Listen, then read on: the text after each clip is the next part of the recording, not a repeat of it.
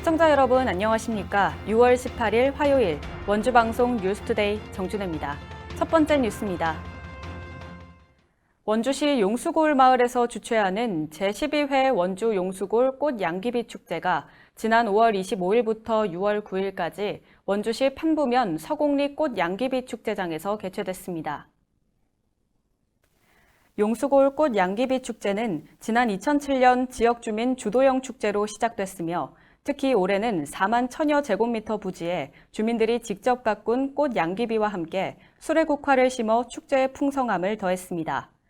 또한 이번 축제에서는 노래왕 선발전과 천년 돌탑 쌓기, 보물찾기 사진 콘테스트 등 행사가 진행됐고 꽃 양귀비에 대한 자료실과 먹을거리, 체험교실 등이 함께 운영돼 용수골을 찾은 시민들의 발걸음을 즐겁게 했습니다.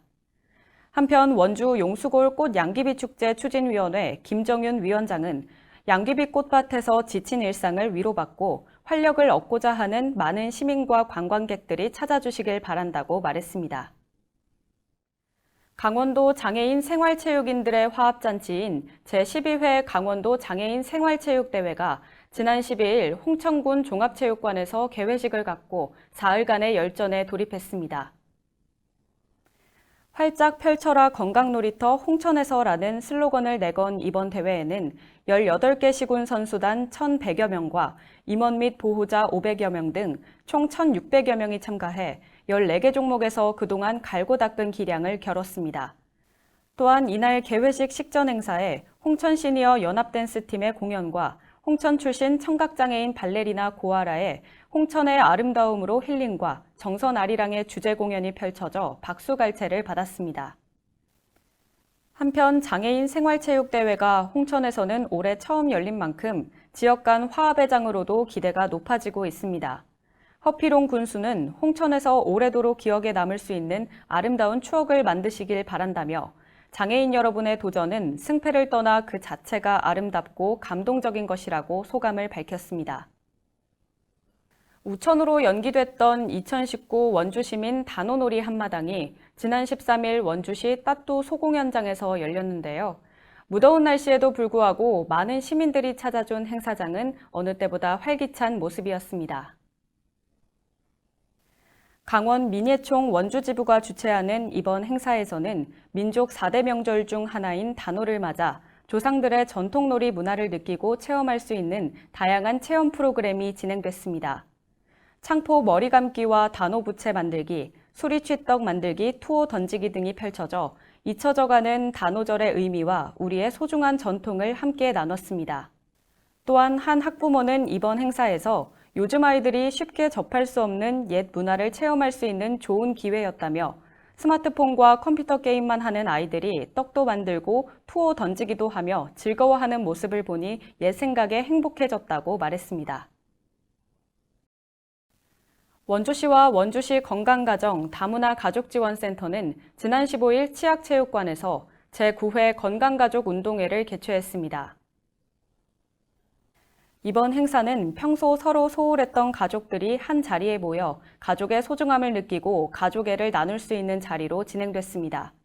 아빠는 천하장사, 축구와 줄다리기, 가족 장기자랑 등 모든 세대가 즐길 수 있는 다양한 경기와 함께 리본 머리핀 만들기, 타투 스티커 등 다채로운 부대 행사도 준비돼 있었습니다. 또한 안명호 여성가족과장은 가족의 기능과 역할이 약화되고 있는 요즘 이번 행사를 통해 아름다운 추억을 만들어 더욱더 건강한 가정이 만들어질 것으로 기대한다고 소감을 밝혔습니다. 원주 시립도서관과 원주 축산업협동조합은 지난 13일 원주 시립도서관에서 독서문화 활성화를 위한 유도서관 서비스 업무 협약을 체결했습니다. 이번 협약에 따라 원주시립도서관은 유도서관 서비스 구축, 신간도서 및 베스트셀러 도서의 주기적인 공급, 유도서관 유지보수 등을 제공하고 원주축산업협동조합은 유도서관 장소 제공 및 시민 홍보 등을 협력하기로 했습니다. 또한 원주축산업협동조합 유도서관 서비스는 오는 7월 중 시작될 예정입니다. 한편 이한현 시립도서관 관장은 시립도서관과 거리가 멀어 상대적으로 독서문화 서비스 이용에 불편을 겪고 있는 우산동, 태장동 등 북부권 지역에 유도서관을 설치함으로써 해당 지역 주민들의 독서문화 활동에 크게 기여할 수 있을 것으로 기대한다고 말했습니다.